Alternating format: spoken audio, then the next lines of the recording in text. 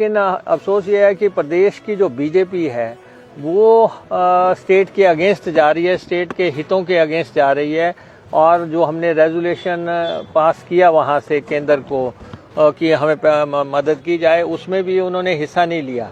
तो इसलिए BJP expose तो हो चुकी है स्टेट की इस मसले पे, लेकिन हम जो राज्यों को कमज़ोर किए जाने का एक मुहिम चल रही है, बहुत जल्दी जो है जंतर मंतर पे या लोकसभा के बाहर, राज्यसभा के बाहर पूरी कैबिनेट धरना देगी। केंद्र का रवैया चल रहा है वो राज्यों को कमज़ोर करने का चल रहा है। ख़ास तौर पे जो कांग्रेस रूल्ड स्टेट्स हैं वहाँ पे जिस ढंग से फंडिंग्स को जो है रोका जा रहा है, वो बात हमने अपनी लीडरशिप के सामने रखी है। 2-3 इंस्टांसेस ऐसे हो गए हैं जिससे हिमाचल प्रदेश को बहुत भारी नुकसान हुआ है। एक तो पहले रेवेन्यू डेफिसिट ग्रांट का मसला है,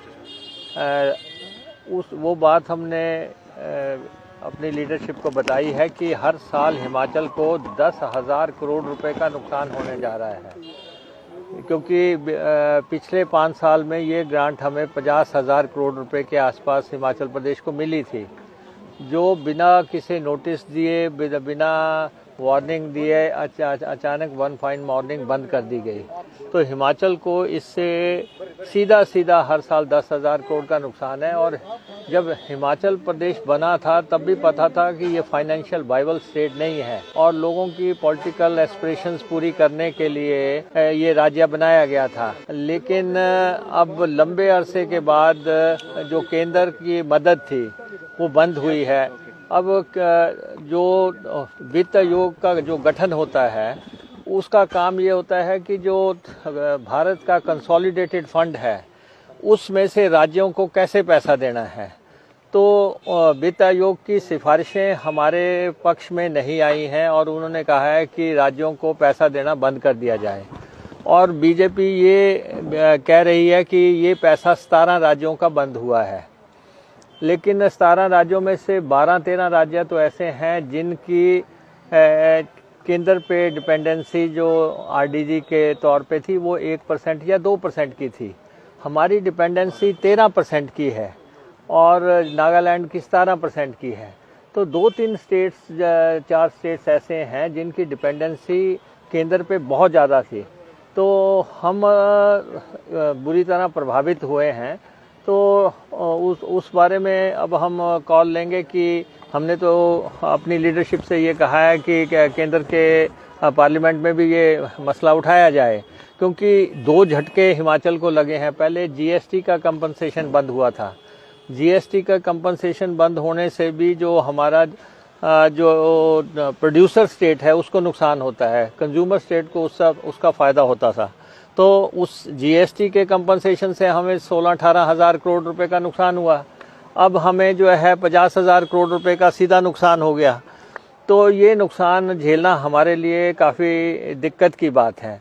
तो हमने ये कहा कि जो राज्यों में पैसा बांटते हैं, 41% पैसा जो है राज्यों को जाता है, 59% पैसा केंद्र अपने पास रखता है। तो हमने कहा जो 59% केंद्र के पास है उसमें से हमारी ज़रूरतों के लिए तो पैसा दिया जाए। हमारे राज्य का गठन ही उस तरह से हुआ है। लेकिन अफसोस ये है कि प्रदेश की जो बीजेपी है वो स्टेट के अगेंस्ट जा रही है, स्टेट के हितों के अगेंस्ट जा रही है।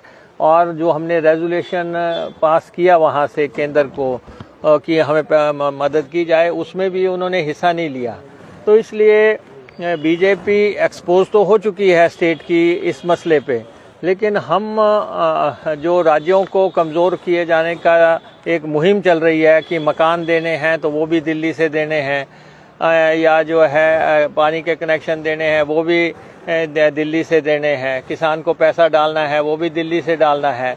तो राज्यों का अस्तित्व जो है उसको थ्रेट किया जा रहा है। ये लड़ाई जो है हम लड़ेंगे और संभव हुआ तो हम बहुत जल्दी जो है जंतर मंतर पे या लोकसभा के बाहर, राज्यसभा के बाहर पूरी कैबिनेट धरना देगी। सर, हिमाचल सरकार की तरफ से एक डिसीजन लिया गया था जिसमें टैक्स बढ़ाया गया है जब हिमाचल में एंट्री होगी इस चीज को लेकर। बीजेपी इसको लेकर अटैक करिए कि यही खटाखट मॉडल है कांग्रेस पार्टी का कि आप लोग प्रोमिसेस कर देते हैं इलेक्शन के टाइम पर, लेकिन उसको फुलफिल करने के लिए लोगों पर बर्डन बढ़ा देते हैं। नहीं, देखिए, हिमाचल एक बहुत छोटा स्टेट है। हिमाचल की अपनी इनकम सारी 18,000 करोड़ रुपए की है और हिमाचल प्रदेश को कर्ज लेने की लिमिट जो है वो 10,000 करोड़ रुपए की है। सेंट्रल टैक्सेस में हिमाचल को 14,000 करोड़ रुपए मिलता है। तो ये अगर आप टोटल कर लें तो 42-44 हज़ार करोड़ रुपए की टोटल किट्टी बनती है, जबकि हमारी जो पे पेंशन पे लोन के इंटरेस्ट पे वो भी हमें 44-45 हज़ार करोड़ रुपया जो है अदायगी करनी पड़ती है। तो हिमाचल प्रदेश के पास कोई बड़े राज्यों की तरह कोई बहुत टैक्स का बेस नहीं है। हमारा टैक्स का बेस बहुत कम है और जो थोड़ा बहुत है वो भी हमारा टैक्स है, एक्साइज का टैक्स है और या फिर पावर जनरेशन का टैक्स है या थोड़ा माइनिंग का है या फिर जो है ट्रांसपोर्ट की आय है। तो जिसकी आप बात कर रहे हैं कि वो पैसा भी मत लो, तो राज्य के पास आय के संसाधन कम है। तो राज्य को अपनी ज़रूरतें पूरी करने के लिए जब केंद्र मदद नहीं कर रहा है तो प्रदेश को अपना इंटरनलाइजेशन से कुछ ना कुछ बंदोबस्त करना है ताकि हम अपने हमने ओपीएस भी दी है, हम अपने कर्मचारियों को ओपीएस भी दे पाएँ, हम तनख्वाह भी दे पाएँ, हम पेंशन भी दे पाएँ और हम लोगों को जो प्रॉमिसेस हैं वो पूरा कर सकें। आज जो है फार्मूला डिफीट हुआ है, उसकी लड़ाई हम लड़ेंगे। हमने अपनी लीडरशिप को साउंड कर दिया है।